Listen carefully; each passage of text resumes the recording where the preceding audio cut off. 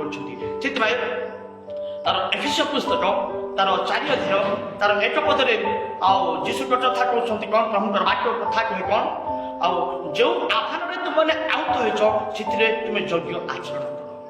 ଯେଉଁ ଆହ୍ୱାନରେ ଆହୁତ ହେଇଛ ସେଥିରେ ତୁମେ ଯୋଗ୍ୟ ଆଚରଣ କର ଈଶ୍ୱର ଆମକୁ ଏକ ଆହ୍ୱାନ ପ୍ରଭୁ ଦେଇଛନ୍ତି ତାଙ୍କ ସେବା କାର୍ଯ୍ୟ କରିବା ପାଇଁ ସେଥିପାଇଁ ଆମେ ଆହ୍ୱାନର ଯୋଗ୍ୟ ଆଚରଣ କରି ଆମେ ସେବା କାର୍ଯ୍ୟ ଆମକୁ କରିବା ନିତାନ୍ତ ଆବଶ୍ୟକ ଆଜି ଅନେକ ଆହ୍ୱାନର ଯୋଗ୍ୟ ଆଚରଣ କରୁନାହାନ୍ତି ଆହ୍ୱାନର ବାହାରେ କାର୍ଯ୍ୟ କରୁଛନ୍ତି ସେଥିପାଇଁ ଯେଉଁ ଭାଇମାନେ ପ୍ରଭୁଙ୍କ ସେବା କାର୍ଯ୍ୟରେ ଯେଉଁ ଆହ୍ୱାନରେ ଆମେ ଆହୁତ ହେଇଛୁ ସେଥିରେ ଯୋଗ୍ୟ ଆଚରଣ କରନ୍ତୁ ସେଥିପାଇଁ ପ୍ରଭୁଙ୍କର ବାକ୍ୟ କଥା କହେ କ'ଣ ତାର ପ୍ରଥମ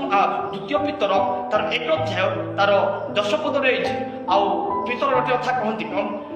ଈଶ୍ୱରଙ୍କର ଆହ୍ୱାନ ଓ ମନୋନୟନକୁ ସ୍ଥିର କରିବା ନିମନ୍ତେ ଆପଣଙ୍କୁ ଅଧିକରୁ ଅଧିକ ଯତ୍ନଶୀଳ ହେବ ଏହା କଲେ ତୁମେ କେବେ ହେଲେ ଝୁଣ୍ଟି ପଡ଼ିବ ନାହିଁ ଯେଉଁ ଆହ୍ୱାନରେ ତୁମେ ଆହୁତ ହେଇଛ